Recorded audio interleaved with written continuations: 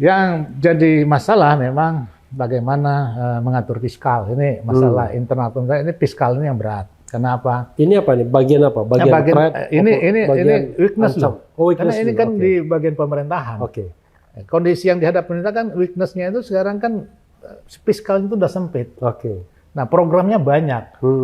Ini hanya satu sisi bicara pendidikan, apalagi bicara yang lain-lain. Nah, kalau ini bisa ditata ulang, maka sesuatu yang tadinya dianggap kelemahan dari sisi fiskal pada saat ini pemerintahan, maka itu bisa akan sedikit mengurangi beban pemerintah untuk menjalankan program-program Pak Prabowo yang memerlukan dana yang cukup besar. Nah, tetapi kita harus lihat juga, memang janji Pak Prabowo cukup banyak dengan hambatan yang demikian banyak. Nah, ini perlu kerja keras pasti.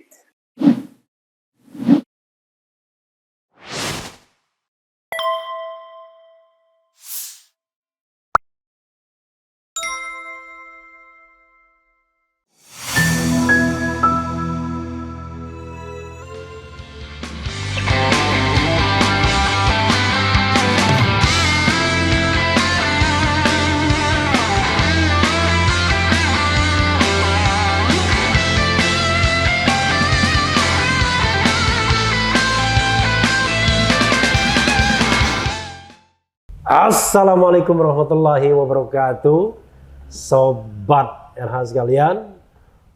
Jumpa lagi kita di channel yang keren ini. Keren Cadas. Ya, sobat RH sekalian, saya di kediaman Marzuki Ali. Assalamualaikum warahmatullahi wabarakatuh, bro. Atau Kando. Masa saya panggil bro? Kualat. Saya kualat. Jadi sahabat sekalian, saya dengan Pak Marzuki ini biasa panggil Kanda ya. Jadi Kanda atau Kando ya. Dulu panggil Pak, tetapi begitu beliau pensiun saya panggil Kanda atau Kando karena ya usia beda-beda 2 tahun aja cuma.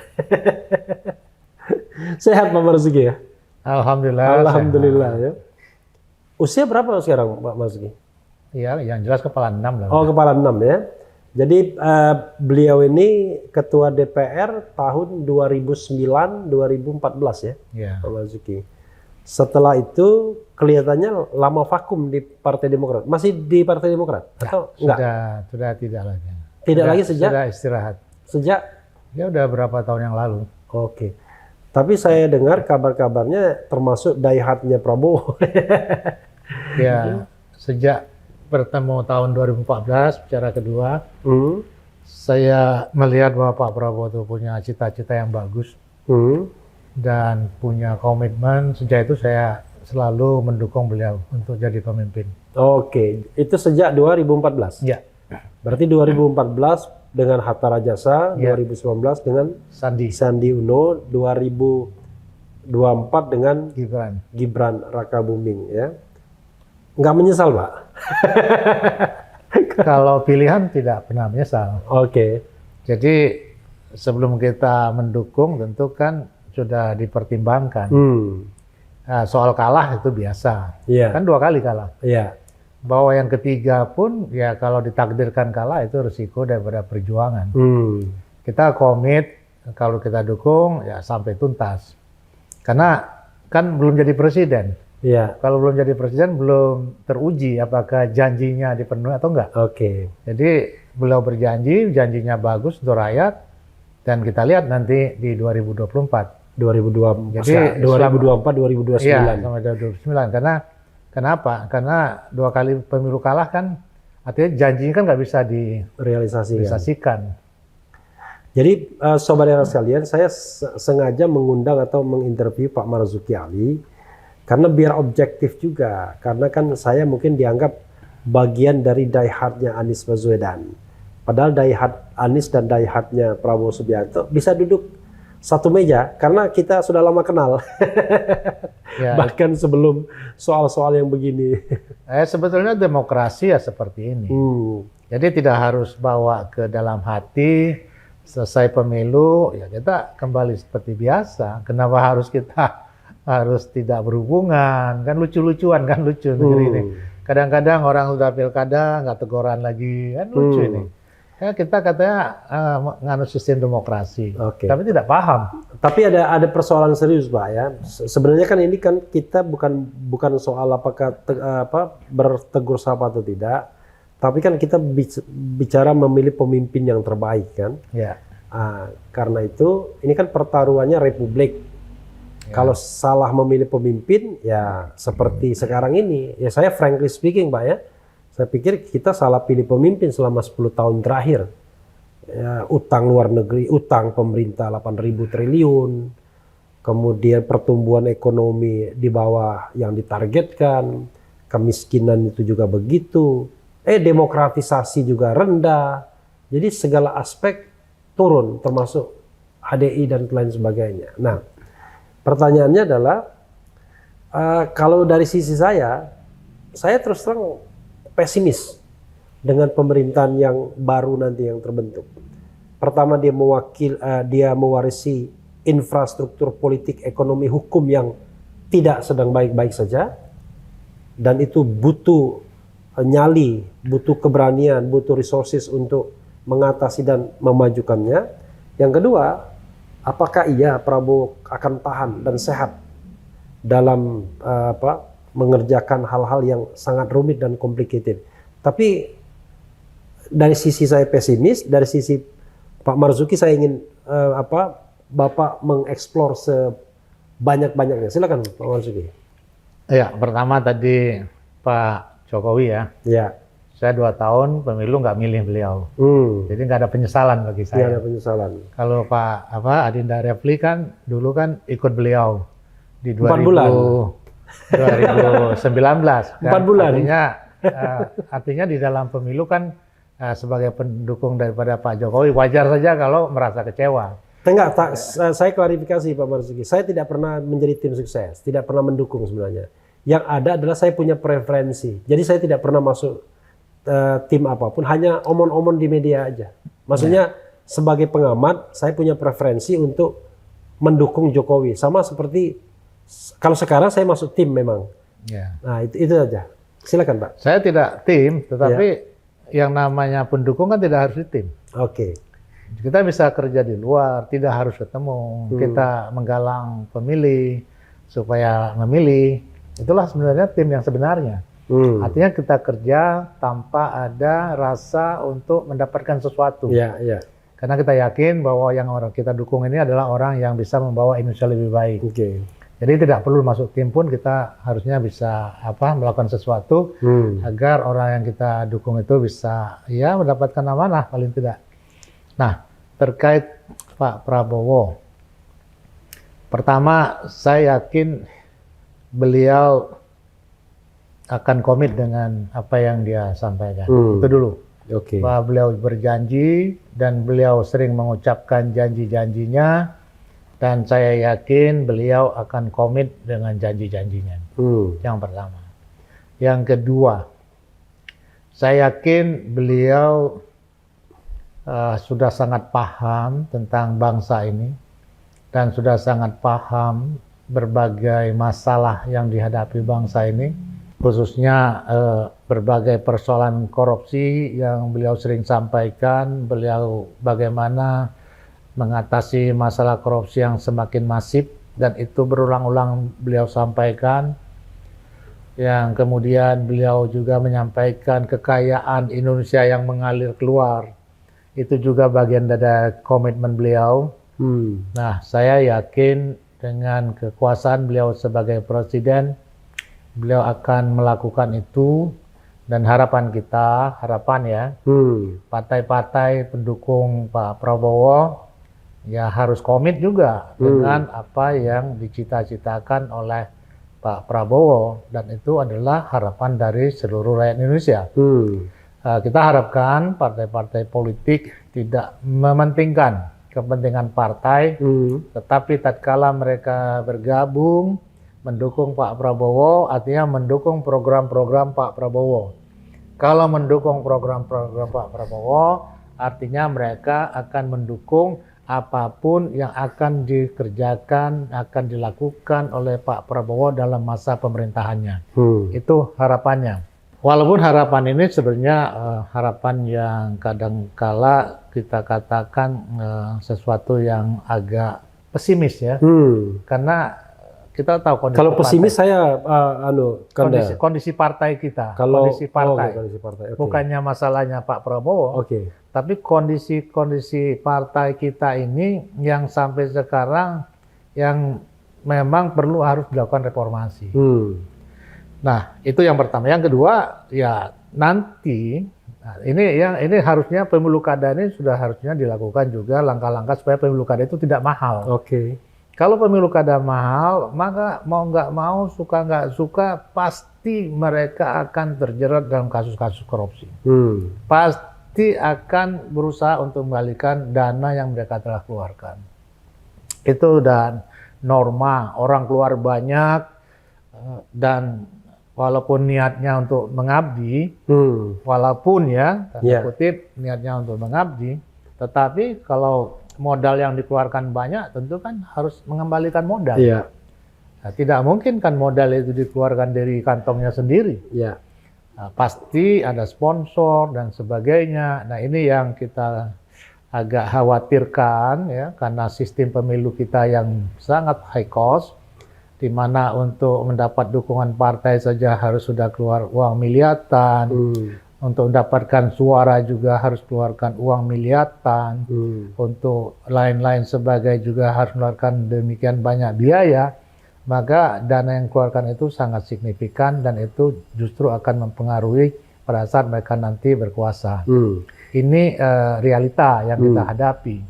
Makanya kondisi ini kan akan dihadapi oleh Pak Prabowo pada saat nanti memimpin. Bagaimana beliau untuk mengawasi pemerintah-pemerintah daerah agar dana yang dialokasikan itu betul-betul digunakan untuk rakyat. Jadi dana yang memang sedang susah payah dikumpulkan oleh pemerintah pusat melalui Kementerian Keuangan ataupun nanti ada Badan Penerimaan Negara. Setelah dikumpul, dialokasikan ke daerah untuk membantu fiskal daerah, lalu bagaimana dana itu bisa dikerjakan dengan baik, dengan efektif dan efisien. Itu yang paling penting. Bagaimana mengawasi dana-dana yang dialokasikan ke daerah. Itu yang berat. Karena mayoritas dana itu akan dibagikan ke daerah. Jadi nggak gampang. Kalau kita bicara mengenai ini, Kanda ya, Kanda paham betul mengenai manajemen ya. Kalau kita bicara tentang SWOT misalnya ya, kira-kira apa? Strength, kemudian threat, weakness, ya, opportunity. Dari 4 segi ini mungkin karena Marzuki bisa memberikan elaborasi di 4 aspek ini terhadap pemerintahan Prabowo, baik Prabowo-nya sendiri maupun mungkin lini pemerintahan yang akan dibangun. Silakan. Ya, jadi yang jelas kalau kita bicara strength dan weakness itu kan dari internal, internal pemerintahan yang akan datang, ya kan. Kalau bicara opportunity dan ancam itu kan dari sisi eksternal pemerintah, bisa saja masalah luar negeri, asing dan sebagainya. Nah, yang jelas kita lihat dulu masalah internalnya dulu. Nah, kalau masalah internal saya jelaskan tadi bagaimana komitmennya, ya kan. Bagaimana karakter kepemimpinan Pak Prabowo itu menurut saya merupakan satu kekuatan yang bisa membawa negara ini menjadi lebih baik. Strength-nya di situ. Ya, beliau sangat berpengalaman di dalam memimpin. Pemimpinan di tentara, sistem komando, dan kepemimpinan di partai politik. Tidak mudah memimpin partai politik dalam waktu yang cukup panjang. Beliau dirikan cukup panjang kan, mulai tahun 2000. Pertama kali pasangan dengan Bu Mega kan sudah mendirikan partai politik pada tahun 2003, 2009 ya. 2004 beliau pertama kali ikut kan. Nah itu beliau ikut di sana, tidak salah ikut 2009 ya. 2009 yang bersama Bu Mega. Bu Mega ya dirikan partai sana. Artinya sudah lebih dari 10 tahun, sudah 15 tahun, hampir satu dasawarta. Beliau memimpin partai dan partai itu selalu menjadi 3 besar. Lalu menjadi ranking di atas, artinya tidak gampang memimpin partai kalau tidak punya keahlian khusus. Artinya beliau punya kemampuan itu strength dari pemerintahan yang akan datang. Nah, berikutnya tentu tergantung kepada pilihan. pilihan-pilihan bagaimana beliau membangun kabinet agar kabinet ini betul-betul kabinet yang solid ya. Solid mendukung beliau untuk menyelesaikan tanggung jawab dia sebagai presiden. Agar ini tidak menjadi kelemahan. Kalau salah memilih pembantu ini menjadi weakness. Kalau beliau mampu memilih pembantunya, nah itu menjadi strength bagi pemerintahan yang akan datang. Nah yang ketiga, bagaimana beliau membangun soliditas dukungan DPR. Tanpa dukungan DPR agak berat karena sistem kita ini antara parlementer dan presidensial. Kita tahu walaupun presidensial tapi peran DPR juga cukup kuat. Tanpa persetujuan DPR maka program-program kita bisa dihambat. Jadi bagaimana suara mayoritas terbatas lah. Artinya tidak mayoritas mutlak ya. Bagaimana yang sering dibentuk oleh kabinet-kabinet sebelumnya. Sampai 70% pemerintahan itu menguasai DPR, maka itu tidak sehat juga bagi pemerintahan. Kalau saya berpikir cukup di batas 55-60% itu cukup untuk bahwa pemerintahan itu menjadi efektif. Kalau kita lihat ke konstelasi sekarang, pendukung Prabowo itu masih kurang dari 50%. Betul. Jadi harus ambil satu partai. Paling tidak ada tambahan satu partai untuk menambah komposisi kekuatan di DPR, sehingga semua programnya bisa didukung oleh kekuatan di parlemen. Di antara PKB, Nasdem, PDIP dan PKS, bagi saya semua partai sama sih, tidak ada masalah mau PKS, mau PKB, mau Nasdem. Yang penting partai itu paham dengan apa yang dicita-citakan oleh Pak Prabowo. Itu saja. Bagi saya yang penting partai itu sejalan. Mendukung ya apa yang menjadi agenda Pak Prabowo selama 10 tahun ke depan atau 5 tahun ke depan lah. Itu yang paling penting. Nah, jadi artinya strength atau weakness-nya itu tergantung pilihan di dalam kepemimpinan anggota kabinet yang akan datang. Tergantung kepiawaian Pak Prabowo memilih pembantunya. Kalau salah pilih ya ini weakness. Ya. Nah, itu yang paling. Tapi pertanyaannya begini, apakah Prabowo akan independen dalam memilih pembantunya? Apakah nanti dia tidak terjebak pada misalnya balas jasa dan lain sebagainya? Ya namanya partai politik saling mendukung, pasti ada tukar tambah di sana. Tetapi tentu tidak menerima calon itu si A itu akan diterima jadi calon menteri kan pasti beberapa calon yang diajukan kan. Beberapa waktu yang lalu juga seperti pemerintahan Pak SBY dan sebagainya pasti beberapa calon yang diajukan. Nanti beberapa calon itu kalau ada yang memenuhi syarat ya kan masuk. Tapi kalau dari calon itu yang tidak memenuhi syarat ya kembalikan, minta lagi yang baru. Saya kira itu wajar kalau ada akomodasi kepada partai-partai pendukung, tetapi diharapkan yang dari partai pendukung itu adalah orang yang memang tepat untuk menduduki jabatan sebagai pembantu presiden, ya. Artinya yakin beliau masih bisa mengendalikan itu. Nah, yang jadi masalah memang bagaimana mengatur fiskal. Ini masalah internal pemerintah. Ini fiskal ini yang berat. Kenapa? Ini apa nih? Bagian apa? Bagian ini weakness loh. Karena ini kan di bagian pemerintahan. Kondisi yang dihadap pemerintah kan weakness-nya itu sekarang kan fiskal itu udah sempit. Nah, programnya banyak. Nah, untuk contoh saja, masalah pendidikan. Masalah pendidikan itu mayoritas dana itu dialokasikan ke daerah. Ya, di samping itu banyak juga dana itu dialokasikan kepada lembaga-lembaga pendidikan yang dijalankan oleh pemerintah. Dinas-dinas itu punya perguruan tinggi sendiri-sendiri. Dan ini menyerap kosnya yang sangat luar biasa. Nah, Pak Prabowo kita harapkan mampu untuk menata ulang pengalokasian dana pendidikan dan bila perlu membuat kebijakan untuk menghentikan dinas-dinas pemerintahan yang membentuk sekolah-sekolah kedinasan. Itu yang harus dikurangi. Kenapa? Sekolah kedinasan itu harusnya dibatasi seperti Akpol, Akmil, itu wajib. Nggak ada pendidikan umum yang bisa melaksanakan. Tetapi kalau misalnya untuk perhubungan, untuk keuangan, untuk pertanian, untuk semuanya ada sekolahnya di luar. Oke, pelayaran gitu. Pelayaran, kenapa harus dinas-dinas membentuk sekolah?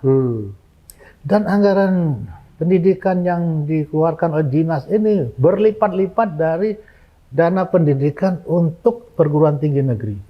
Misalnya per mahasiswa di PTN itu misalnya 20 juta per tahun, kalau di dinas bisa 60 juta sampai 100 juta per tahun. Nah itu nggak sehat. Maka itu yang banyak terserap kepada dinas-dinas yang sebetulnya itu harusnya ditata ulang. Dinas boleh melakukan pelatihan, ya, ada 6 balai pelatihan pendidikan itu kan, tetapi hanya untuk meningkatkan kompetensi, meningkatkan keahlian dengan diberikan sertifikasi keahlian, bukan diberikan gelar di sana. Jadi dinas itu tidak perlu memberikan gelar, cukup lembaga-lembaga pendidikan resmi yang ada, yang di bawah naungan Kementerian Pendidikan, Kementerian Agama ya, sekarang masih terbelah dua. Ini saja yang berhak untuk memberikan gelar. Jadi tidak usahlah dinas-dinas yang punya sekolah-sekolah untuk memberikan gelar-gelar akademik ya, yang seharusnya itu bukan bagian daripada dia. Jadi dinas fokus saja dengan pekerjaannya. Kalau untuk meningkatkan kompetensi silahkan. Itu biasa. Saya dulu Kementerian Keuangan diberikan kompetensi tentang pengawasan keuangan negara, tentang administrasi keuangan negara, itu yang tidak dipunyai oleh lembaga pendidikan yang umum. Nah, itu yang harusnya dilaksanakan oleh dinas-dinas kementerian. Nah, itu harus ditata ulang. Nah, banyak hal-hal lain yang sebetulnya bisa dilakukan penataan kembali untuk mengalokasikan anggarannya sehingga dana itu menjadi lebih efektif. Efektif, ya. Artinya mencapai sasaran dan efisien. Berdaya guna, jangan berlebihan. Jangan sampai dana yang harusnya cukup dengan 10 karena salah di dalam mengalokasikan, tidak tepat dalam mengalokasikan, harus dikeluarkan 30. Ini sebenarnya bisa dihemat banyak. Ya, apalagi alokasi dana-dana pendidikan yang ke daerah, yang kita tahu tidak ada yang lepas dari kasus-kasus korupsi. Nah, ini bagaimana mengatasi masalah ini, sehingga dana pendidikan itu betul-betul digunakan untuk kepentingan pendidikan, bukan untuk kepentingan di luar pendidikan. Ini hanya satu sisi bicara pendidikan, apalagi bicara yang lain-lain. Nah, kalau ini bisa ditata ulang, maka sesuatu yang tadinya dianggap kelemahan dari sisi fiskal pada saat ini pemerintahan, maka itu bisa akan sedikit mengurangi beban pemerintah untuk menjalankan program-program Pak Prabowo yang memerlukan dana yang cukup besar. Di samping ya usaha-usaha untuk meningkatkan pendapatan melalui berbagai cara seperti yang dilakukan, pengelolaan bahan mentah menjadi bahan jadi ekspornya bahan jadi, tidak lagi ekspor bahan mentah dan sebagainya, itu tetap dilakukan. Artinya dari sisi cost kita efisienkan, dari segi pendapatan kita tingkatkan. Nah, kalau ini bisa dilakukan, saya kira apapun yang diprogramkan oleh Pak Prabowo itu bisa dijalankan. Ini garis besarnya. Nah, lalu memang tidak gampang karena ancaman. Ancaman ini ya ancaman dari luar, ancaman dari dalam. Ancaman dari dalam ini kita tahu masih banyak kelompok-kelompok yang anti toleransi, anti Pancasila dan sebagainya. Yang ini susah untuk kita menjadi kuat untuk artinya memperkuat NKRI kita. Ini masih banyak ini kejadian. Nah, bagaimana yang sekarang BPIP bekerja untuk mensosialisasikan Pancasila itu betul-betul dikerjakan secara baik dan secara efektif. Bukan seperti sekarang ya, mohon maaf, saya kenal, ya itu tidak ada program yang jelas dari BPIP itu sendiri. Lebih banyak daripada acara-acara seremonial. Nah itu kalau itu ditata betul-betul sehingga anak-anak kita, ya pendidikan kita itu betul-betul akan menghasilkan anak-anak yang artinya paham tentang NKRI, paham tentang kebangsaan, paham tentang negara kesatuan, paham tentang perbedaan dan sebagainya. Nah ini yang harus terus, ini yang paling berat loh. Ini yang paling berat. Kenapa? Ini banyak infiltrasi dari luar, banyak pengaruh-pengaruh luar, apalagi anak-anak kita banyak yang sekolah di luar, yang dapat pemahaman-pemahaman yang sebetulnya itu tidak baik untuk NKRI. Itu yang berikutnya, tidak gampang juga berhadapan dengan negara-negara kuat seperti Cina, Amerika dan sebagainya. Nah ini kita harus mampu bermain. Saya kira Pak Prabowo sangat lihai ya, sangat piawai kalau bilang sekarang, bukan lihai, piawai dalam menghadapi persoalan-persoalan ancaman-ancaman dari asing. Ini yang harus diselesaikan, artinya dihadapi dengan cara baik supaya kita tidak jadi musuh bersama. Kalau bisa kita menjadi kawan bersama. Cina berteman, Amerika berteman, artinya dengan kedua kekuatan ini kita punya peluang ke Cina, kita punya peluang ke Amerika, ini sesuatu yang baik untuk NKRI. Jadi karena Marzuki ya, ada 3 hal yang dimention oleh Prabowo ketika dia hadir di pertemuan forum di mana ya? Di Qatar atau di mana ya? Yang Qatar ya. Di Qatar, dan di interview 3 hal: memberantas korupsi, kemudian menghilangkan kemiskinan, dan meningkatkan kesejahteraan. Bukan meningkatkan, Bang, dia bilang mensejahterakan rakyat. Ya. Jadi menghapuskan kemiskinan, mensejahterakan rakyat. Saya tidak tahu sejauh mana bayangan dia, karena kan pasti yang namanya memberantas korupsi, sekarang skor kita 3-4. Itu skor yang rendah. Paling skor hasil dari SBY 10 tahun yang lalu ternyata sekarang balik lagi 3-4. Setelah sebelumnya berhasil jadi 40. Ya. Dan itu masih terkategori korup. Kemudian soal kemiskinan, banyak angkanya lah. Ada tergantung versinya kan. Ya. Ada versi Bank Dunia, ada versi BPS dan lain sebagainya. Kemudian kesejahteraan, itu lebih relatif lagi. Tapi saya membayangkan adalah kesejahteraan itu adalah orang Indonesia tidak takut besok bisa makan atau tidak, baik diri maupun keluarganya. Kan itu peran negara yang paling ultimate, itu adalah memastikan setiap perut orang Indonesia makan dan tidak ada kekhawatiran terhadap masa depannya kan. Saya tidak tahu sejauh mana kalau kita pakai skala meter ya, korupsi misalnya. Kalau 0 itu berhasil betul, kalau 100 itu 0 itu gagal betul, 100 itu berhasil betul. Kanda Marzuki mau kasih angka berapa sebagai sebuah harapan atau prediksi? Jadi gini, pemberantasan korupsi kan tidak serta-merta dalam satu momen dia diselesaikan. Kan perlu tahapan. Nah, tahapan ini kan perlu waktu dan perlu proses, ya kan. Jadi yang penting pembatasan korupsi kan harus sistematis, tidak seperti sekarang simptomatis, tangkap sana tangkap sini kan, tidak jelas ukurannya. Ya boleh si KPK melakukan tangkap tangan dan sebagainya, tetapi kan hanya shock terapi.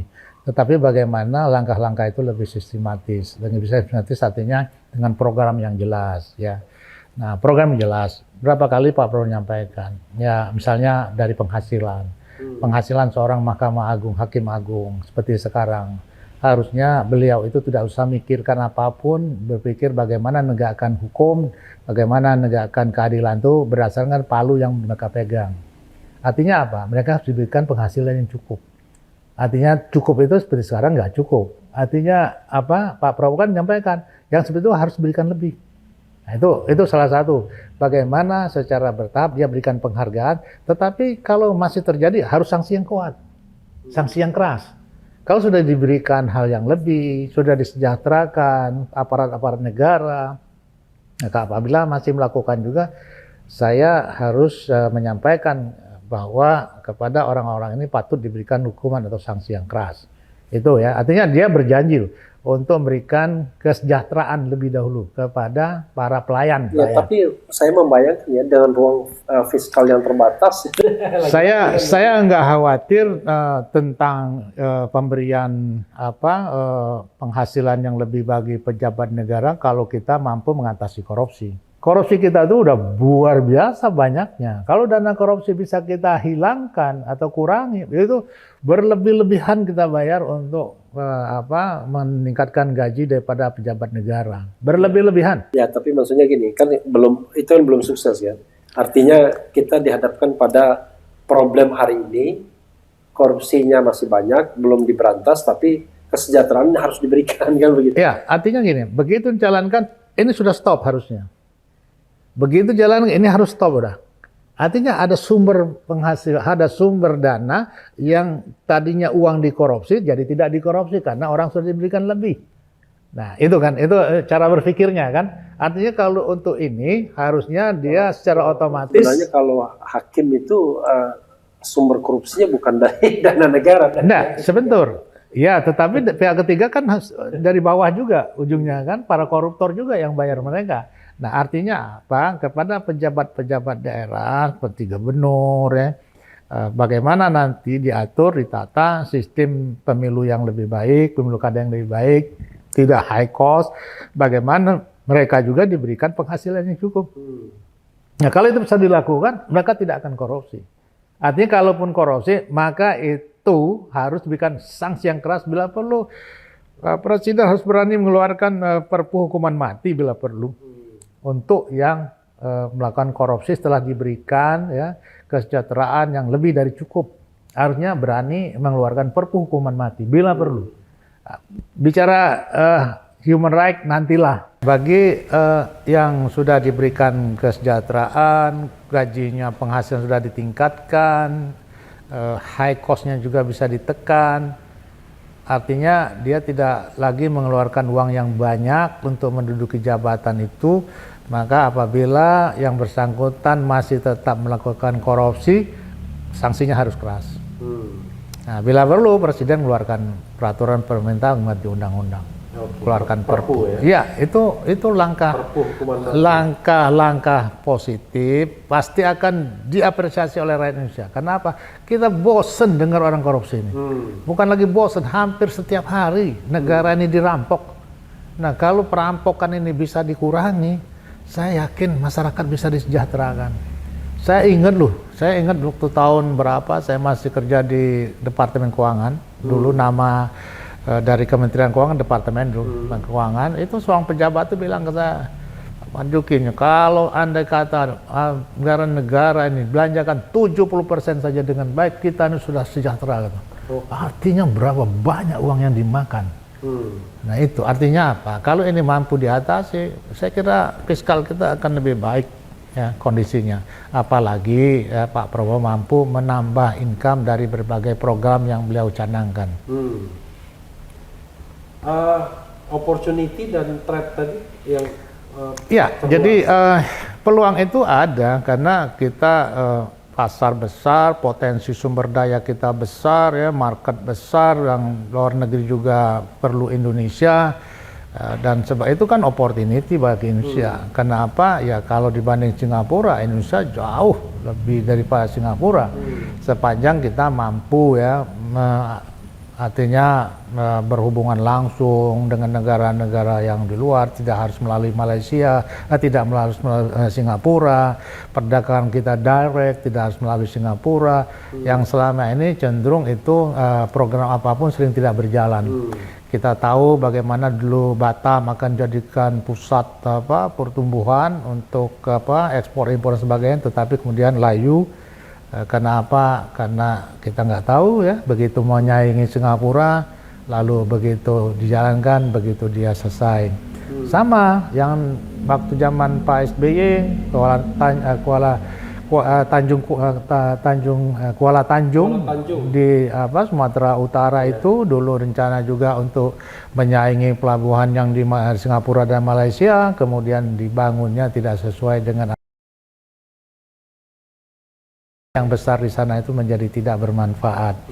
Coba kalau itu dibangun sesuai dengan rencana untuk menyaingi Malaysia dan Singapura, perdagangan akan tumbuh dan akan meningkatkan pendapatan kita, itu akan menjadi hal yang luar biasa. Jadi cost ekspor impor kita tidak menjadi mahal karena harus lewat Singapura. Nah, itu yang harusnya komitmen kita jalankan, jangan sampai seperti yang lalu kita sudah rencanakan kemudian layu sebelum berkembang.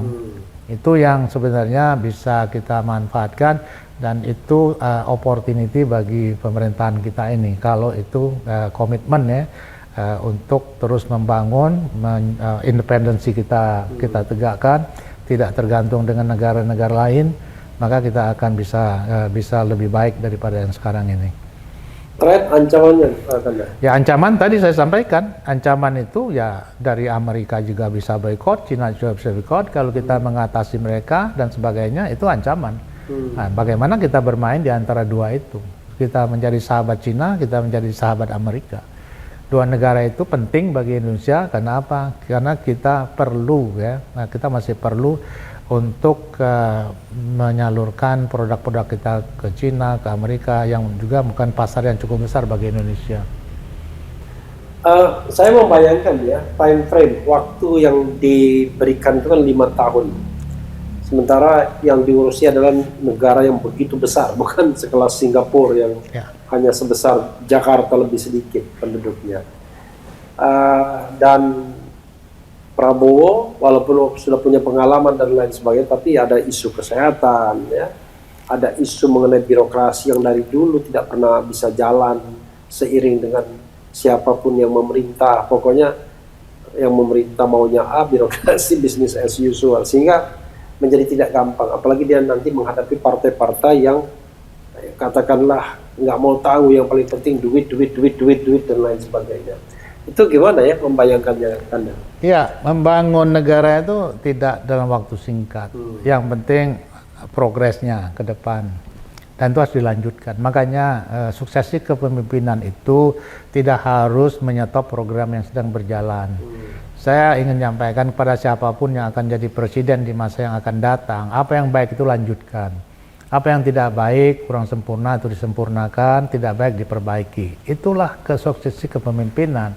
Jangan program-program yang bagus karena bukannya program saya itu dihentikan, ganti program baru yang kadang-kadang belum tentu juga sesuai dengan apa yang telah direncanakan. Kadang-kadang itu namanya saya berubah, tapi karena namanya berubah, akhirnya caranya pun berbeda. Akhirnya ya tidak mencapai tujuan. Nah, itu yang paling penting, bahwa pembangunan itu harus berkelanjutan. Tidak ada istilahnya perubahan, revolusi, nggak ada. Harus artinya secara bertahap reformasi. Artinya yang baik teruskan, yang tidak baik diperbaiki, yang kurang sempurna disempurnakan. Itulah keniscayaan membangun satu negara. Nah, tetapi kita harus lihat juga, memang janji Pak Prabowo cukup banyak ya, dengan hambatan yang mungkin banyak. Nah, ini perlu kerja keras pasti. Kalau kesehatan, saya yakin beliau sehat ya, karena hasil tes kesehatan beliau segar bugar. Dan itu beberapa saksi mata menyatakan bahwa ya, Pak Prabowo itu selalu setiap malam, hampir setiap hari beliau berenang. Itu artinya secara fisik beliau kuat, hanya mungkin kemarin hambatan itu hanya masalah kaki. Kemarin kakinya sudah dioperasi, saya yakin sakit di kaki itu bisa mempengaruhi seluruh aspek seluruh variabel yang ada di tubuh kita. Kalau kakinya sehat, saya kira itu akan membuat badannya menjadi sehat. Saya kira dengan operasi kemarin beliau akan mampu menjalankan pemerintahannya dengan baik 5 tahun yang akan datang. Saya yakin, mungkin 10 tahun pun beliau masih mampu. Karena beliau mantan tentara, pasti tahu cara menjaga kesehatan. Ya, tentu ada hambatan karena kecelakaan, dan itu sudah direhab beberapa waktu yang lalu, kita dengar beliau di rumah sakit. Dan yang seperti yang sampaikan tadi, berbagai hambatan lainnya, ya ini yang harus beliau selesaikan, harus duduk bersama dengan partai-partai politik, bahwa negara ini harus kita perbaiki, kita harus punya komitmen kebangsaan, jangan lagi kita mikir tentang partai kita saja, tapi kita harus pikir tentang masa depan bangsa ini. Ajaklah bicara partai-partai itu.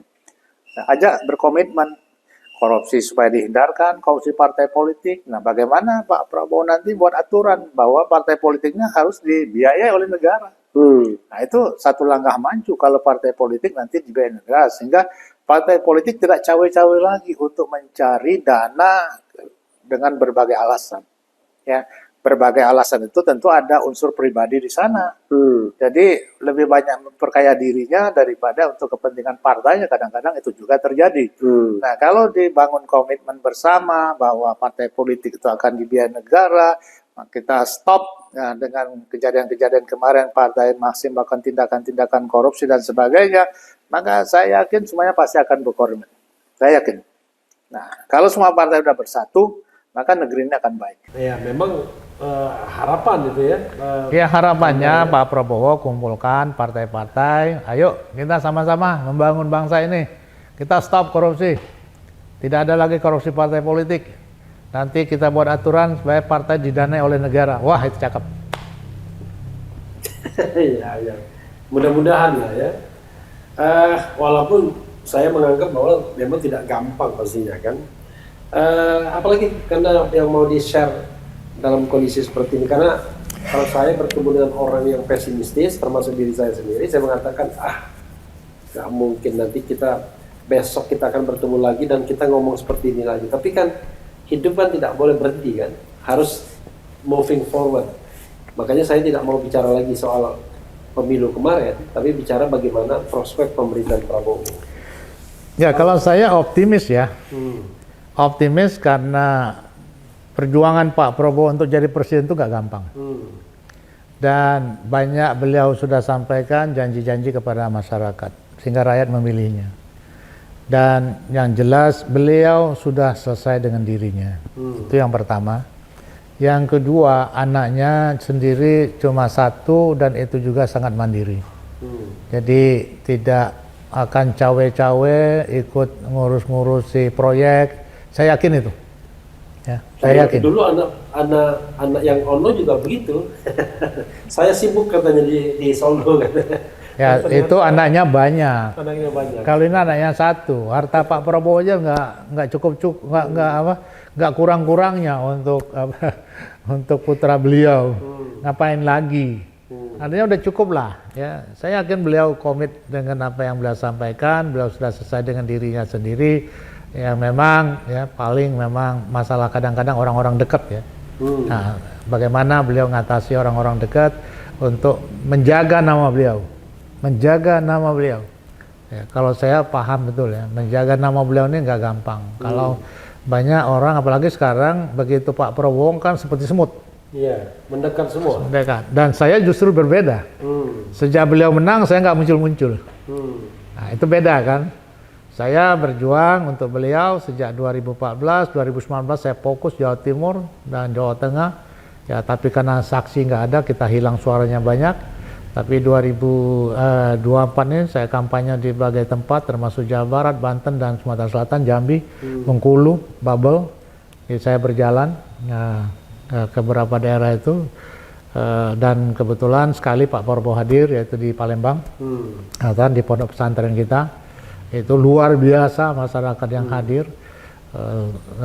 Artinya dari kapasitas yang kita siapkan tuh, waduh luar biasa, mungkin 2 kali lipat, sehingga tidak bisa jalan sama sekali. Nah, itu satu hal yang baik, artinya dukungan kepada beliau luar biasa. Nah, bagaimana dia menjaga dukungan ini sehingga beliau tetap komit dengan janji-janjinya. Itu harapan ya. Dan saya yakin harapan itu bisa dia penuhi. Iya. Jadi saudara sekalian ya, saya diingatkan oleh saudara sekalian untuk banyak mendengarkan lawan bicara ketika menjadi host. Jadi makanya saya memberikan kesempatan kepada Pak Marzuki untuk menyampaikan, atau kadang-kadang saya bilang Kanda Marzuki, untuk menyampaikan perspektifnya. Karena di dalam politik ini kan tidak ada yang benar, tidak ada yang salah. Yang benar dan salah itu adalah kalau Anda tidak mau bicara dan tidak mau mendengar.